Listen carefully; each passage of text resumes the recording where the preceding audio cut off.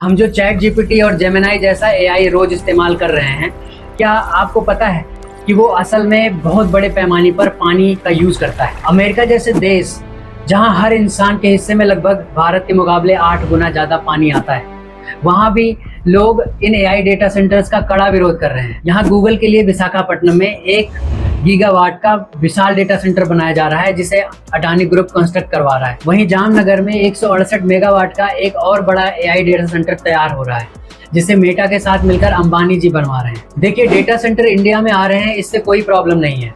Problem इस बात से है कि इसके कारण हमारे देश के नेचर और संसाधनों को जो क्षति होगी, उसमें सबसे बड़ी प्रॉब्लम है। इनफैक्ट एआई मॉडल्स को चलाने के लिए ये हैवी सर्वर्स बहुत ज्यादा गर्मी पैदा करते हैं। इन्हें ठंडा रखने के लिए 24 घंटे करोड़ों लीटर पानी की जरूरत पड़ती है। अगर हम सिर्फ विशाखापट्टनम वाले 1 गीगावाट के डेटा सेंटर की बात करें तो ये रोजाना 4 करोड़ लीटर पानी सोख लेगा करीब करीब। और हाल में ही इंडिया के कई मेट्रो सिटीज से ये खबर भी आई थी कि जहां पीने के पानी की भारी किल्लत हो गई थी। तो जरा सोचिए, 4 करोड़ लीटर पानी, इतने पानी में तो हमारे देश के लगभग 3 लाख लोग की रोजाना प्यास बुझ सकती है। और ध्यान देने वाली बात तो ये है कि ये डेटा सेंटर्स ऐसे वैसे पानी यूज नहीं करते।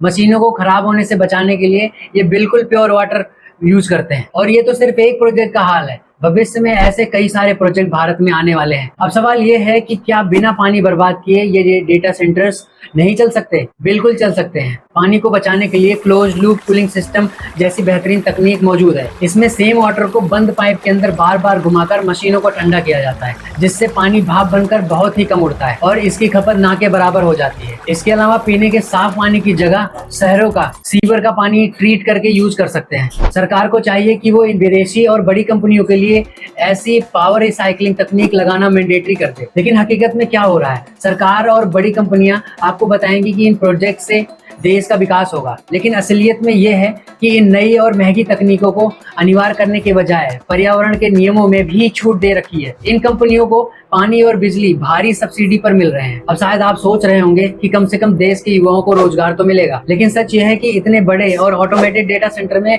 मुश्किल से 300 से 400 लोगों को ही नौकरी मिल सकती है। और सबसे बड़ा झटका तो यह है कि इन कंपनियों को अगले 20 सालों तक कोई टैक्स नहीं पे करना पड़ेगा। दोस्तों, वो इतिहास फिर से दोहराया जा रहा है, जहां बिल्कुल अंग्रेजों की तरह हमारे ही देश का पानी, हमारे ही जमीन और हमारे ही संसाधनों का इस्तेमाल किया जाता था। आज भी यही हो रहा है, बस तरीका बदल गया है। इसका सारा फायदा और पैसा चंद बड़ी कंपनियां और विदेशी ताकत के जेब में जा रहा है। अगर आपको लगता है कि इस सौदे से आम जनता को कोई फायदा होगा, तो एक बार फिर से सोचिएगा और मुझे फॉलो करना मत भूलिए। धन्यवाद।